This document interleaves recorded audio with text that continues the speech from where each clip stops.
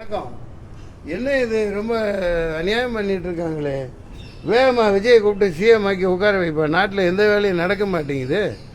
இந்த ஆட்டுக்கு தாடியும் கவர்னர் நாட்டுக்கு கவர்னரும் தேவையில்லைன்ற மாதிரி இது எந்த கவர்னர் வந்தாலும் இதை தான் பண்ணுறாங்க. வந்த உடனே இந்த அருளேக்கரா அறுக்க ஆரம்பிச்சிடுறாரு. இனிமேல் இந்த சுப்ரீம் கோர்ட்டு ஹைகோர்ட் நீதிபதிகளை வச்சு தான் பதவி பிரமாணம் பண்ண வைக்கணும். பதவியை போட்டு நிச்சயதார்த்தம் பண்ணி 1.5 வருஷம் கழிச்சு கல்யாணம் வைக்கிற மாதிரி இப்போவே 5 நாள் ஆகுது. இன்னையோட 1 வாரம் ஆக போகுது. ஜெயிச்சு வந்து அது 108 மக்கள் வந்து விநாயகருக்கு தேங்காய் உடைக்கிற மாதிரி பட்டையை கலப்பு பட்டாசு வெடிக்கிற மாதிரி அடித்து தூள் கலப்புன்னு 108 கொடுத்துருக்காங்க. அதை வேற 108 மாற்ற போகாதீங்கப்பா. விஜய் அந்த தம்பியர் பயங்கர ஆவேசமாக இருக்காங்க. இப்போ இப்படியே பண்ணிங்கன்னா ஒரு பரோட்டா சூரி காமெடி மாதிரி இதெல்லாம் முடியாது. எல்லாம் அழிச்சிட்டு மறுபடியும் தேர்தலில் வைனா டப்பா டான்ஸ் ஆடினோம். எல்லா கட்சிகளும் துண்டை காணான் துணியை காணான்னு அவ்வளோதான் செலவழிக்க முடியாது. 10 பைசா செலவழிக்காமல் எவ்வளோ பெரிய சாதனை பண்ணியிருக்கு. அப்படி இல்லை.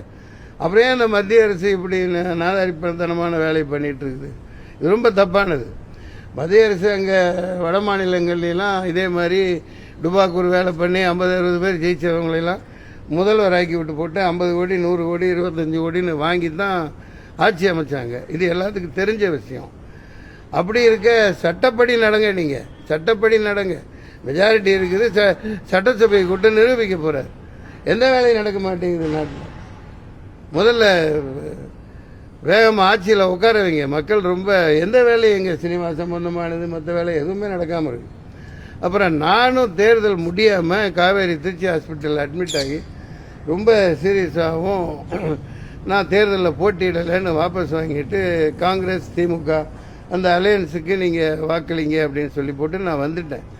அதுக்கப்புறம் நீ இத்தனை ஓட்டு வாங்கினேன் இத்தனை ஓட்டு வாங்கினேன்னு போட்டு சில பேர் அவனோட உண்மத்தத்தை தீர்த்துக்கிட்டு இருக்காங்க. அந்த நாதாரிகளுக்கெல்லாம் பேசணும்னு அவசியம் இல்லை. முதல்ல நாட்டில் கலகம் உண்டு பண்ணாதீங்க.